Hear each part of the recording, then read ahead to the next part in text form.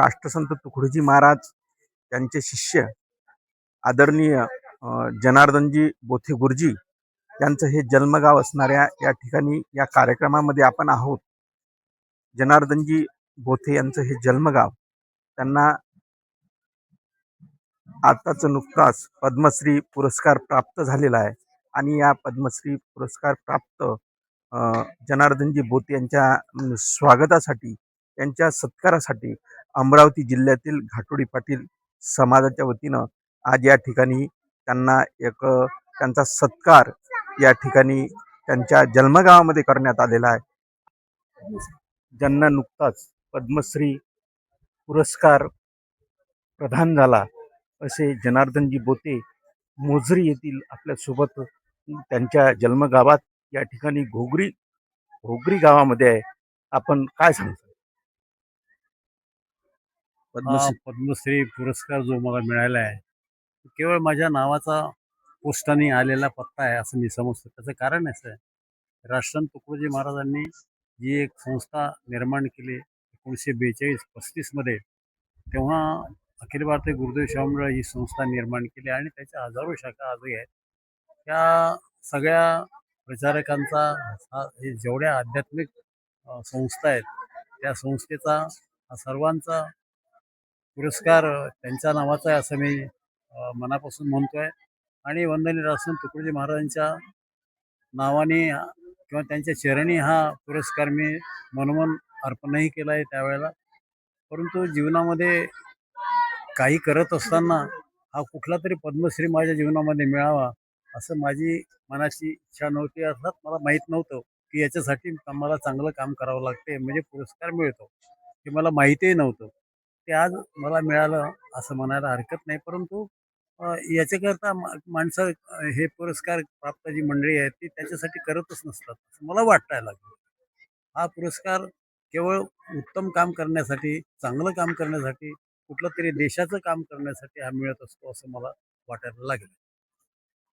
तुमचे लहानपणाचे जे तुम्ही तुकडोजी महाराज सोबत लहानपण घालवलं त्याच्याबद्दल आपण काय सांगता? राष्ट्रसंत तुकडोजी महाराज हे नुसते संत नव्हते, ते राष्ट्रसंत होते. ते 1942च्या आंदोलनामध्ये अब काय को धूम मचाते हो तुफा कर भारत सारे आते नाथ मारे, हे जे त्यांनी एक गीत म्हटलं राष्ट्रीय गीत, त्याच्यामध्ये झाड झडोली शस्त्र बनेगी भक्त बनेगी सेना हे जे त्यांनी म्हटलं, त्या काळात चिमूर हे चंद्रपूर जिल्ह्यामध्ये एक क्रांतीचं एक केंद्र होतं आणि ते क्रांतीचं एक केंद्र म्हणण्यापेक्षा चिमूर हे त्या नावाने ओळखलं जात होतं. आणि ते आजही तिथे अब काय को धूम मचाते हो त्या काळात तिथे भजन होतं. आणि ते भजन जे आहे ते त्यावेळेला झाड शस्त्र बनेगी, तेव्हा इंग्रजांनी त्यांना विचारलं की ये पत्थर सारे बॉम्ब बनेगे भक्त बनेगी सेना, असं त्या भजनामध्ये होतं. त्यांनी इंग्रजांनी विचारलं की ये पत्थर सारे बॉम्ब बन सकते. त्या महाराजांचा एवढा प्रभाव होता त्यांच्या आपल्या मंडळींचा की त्यांनी सांगितलं की हाँ हाँ क्यों नहीं हो सकते, पत्थर भी ये बॉम्ब बन सकते. त्यावेळेला त्या काळात 1942च्या आंदोलनामध्ये इंग्रजांनी त्या गावातली जवळपास 5-7 लॉऱ्या लावून गावाच्या बाहेर 5 किलोमीटर अंतरावरती गोटे फेकले, म्हणजे दगड फेकले. आणि त्यांची भीती तशी होती.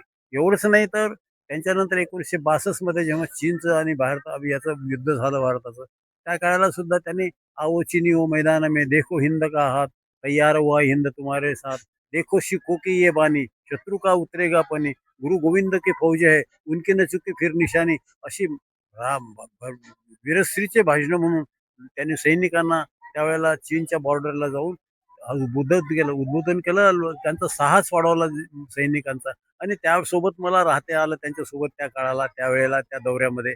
मला मोठं भाग्य समजतो. मलाही त्याची भीती वाटत होती की हिरव्या रंगाचे हेलिकॉप्टर वर या शहरावर फिरतात.